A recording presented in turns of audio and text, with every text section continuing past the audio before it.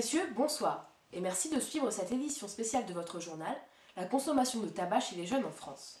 Selon le Petit Cirque, la France comptait en 2010 environ 30% de fumeurs, soit plus de 14 millions.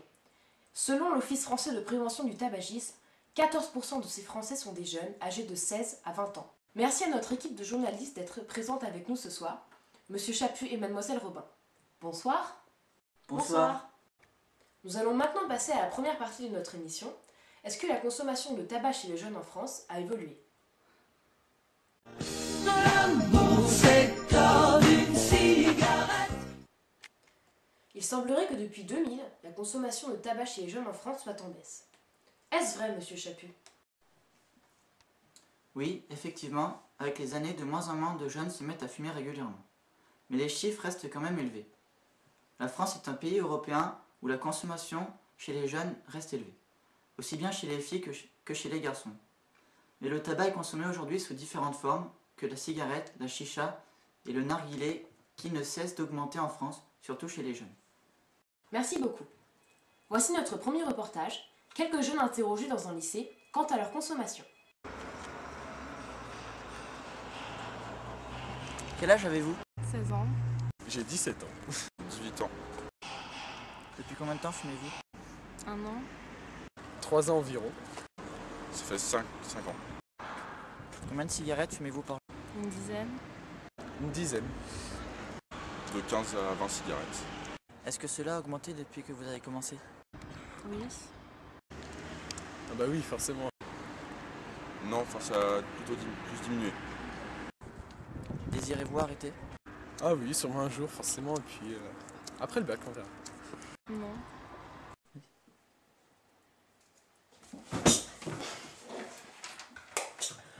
Comme vous le voyez, ces jeunes ne se projettent pas dans le futur. Ils n'ont pas l'intention d'arrêter immédiatement.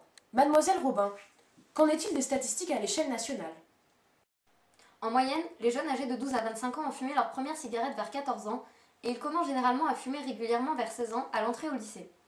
Les jeunes de 14 à 18 ans qui fument consomment en moyenne 10 cigarettes par jour. Cette quantité augmente rapidement au cours de l'adolescence.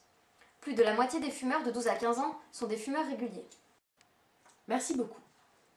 Nous avons rendu visite à Madame Busset, qui s'occupe du centre sevrage tabagique à Sainte-Fère. Regardez.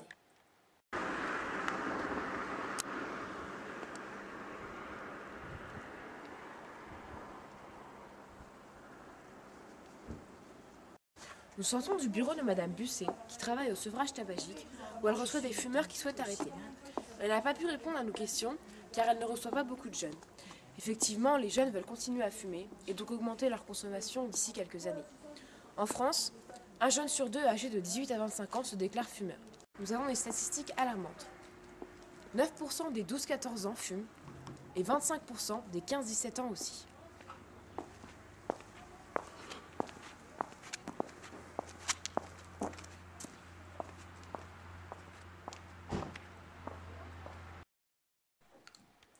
Alors, comment expliquer cette légère baisse de la consommation? C'est la deuxième partie de notre émission. Je veux seulement oublier et puis je fume.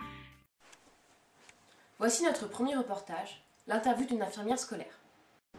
Actuellement, je me trouve devant l'infirmerie d'un lycée où je vais aller interviewer Madame Bourillon, infirmière scolaire.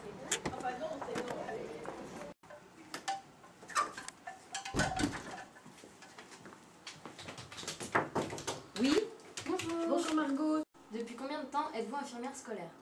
ça fait une dizaine d'années maintenant que je suis infirmière scolaire et plus particulièrement 4e rentrée au lycée Pierre-Bourdon. Comment constatez-vous la consommation de tabac chez les jeunes? En fait, je reçois systématiquement tous les élèves de seconde de l'établissement, ce qui représente à peu près 230 élèves. Je leur pose systématiquement la question de leur consommation éventuelle de tabac.